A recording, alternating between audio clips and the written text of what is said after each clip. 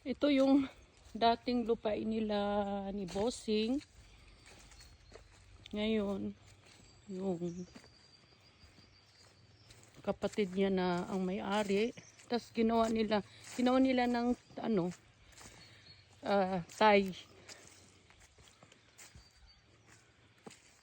Parang gawin ng pispan ba nila yan?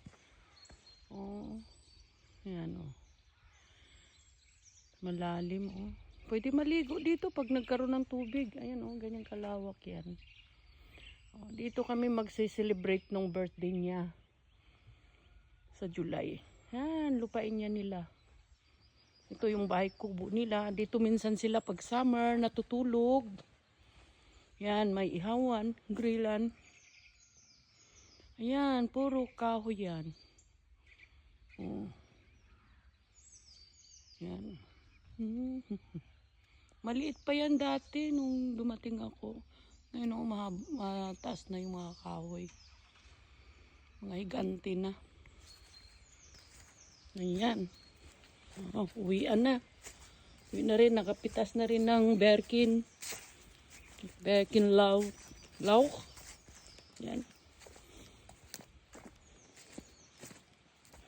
Dito ko kaya pakatayon ang kuan, ang upo.